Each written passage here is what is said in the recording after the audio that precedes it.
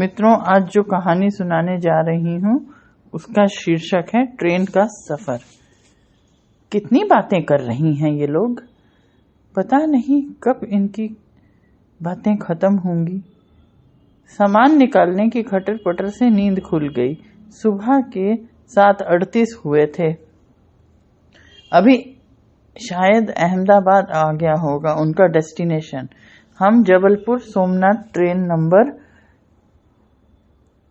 11464 में राजकोट की तरफ जा रहे थे। पर अरे, अभी तो नडियाद आया है।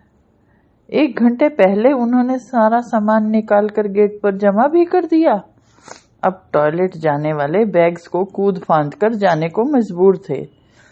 इधर वो दोनों महिलाएं शादी में मिली मिठाई और सामान को आधा आधा बांटने में लगी थी।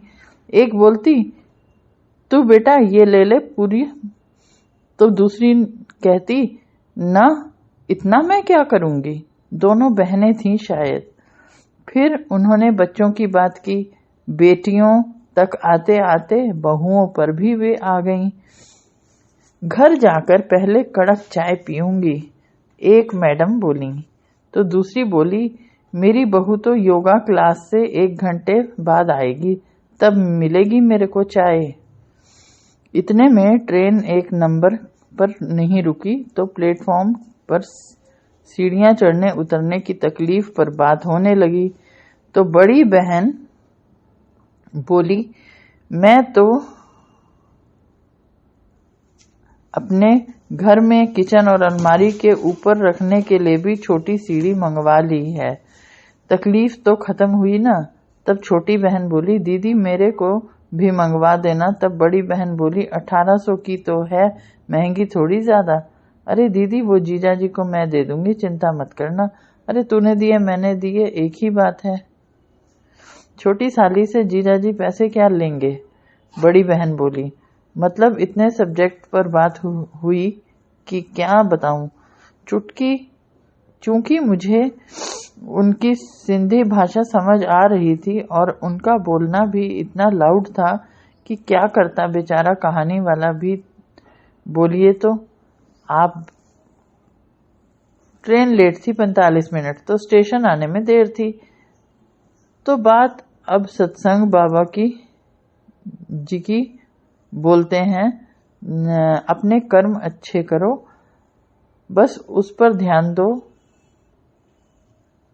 आदि पर निकल आई। मतलब समान घर परिवार से अब सब्जेक्ट कर्म वचन पर था दोनों का। 84 लाख योनि में मिलता है ये मनुष्य जीवन। बड़ी बहन थी, वो बोली, वो पेड़ दिख रहे हैं ना, वो भी एक योनि का जीवन जीने आए हैं। तभी तो हम बोलते हैं पेड़ों को मत काटो, बड़ी मैडम जी ने कहा। मतलब उठने के बाद भी वो लगातार किसी न किसी टॉपिक पर बात कर रही थी और दोनों के पति बेचारे 9 नग सामान की रक्षा में खड़े थे। पर सबसे खूबसूरत बात यह थी कि उनके 1 घंटे की बातचीत में उन्होंने किसी की बुराई नहीं की। जितनी बातें मेरे कानों में सुनाई दी उससे तो मैं कह सकता हूँ। चाय वाला आ गया, अब बाकी बाद में। मॉर्निंग टी तो बनती है कि नहीं? भैया एक चाय देना, ऊपर की बर्थ से मैंने बोला। इतने में बड़ी मैडम जी बोली, देख बहन, ब्रश भी नहीं किया इसने और ये चाय पी रहा है। मेरे बेटे भी ऐसा ही करते हैं, चाय चाहिए उठेगी।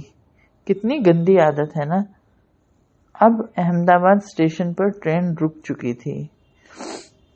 तो मित्रों, अक्सर सफर में हमें इस तरह का लोग मिल जाता है जो हमारा मनोरंजन भी करता है और हमें उनसे सीखने को भी बहुत कुछ मिलता है। तो मित्रों, इस कहानी से आपको क्या सीख मिली वो बताइएगा।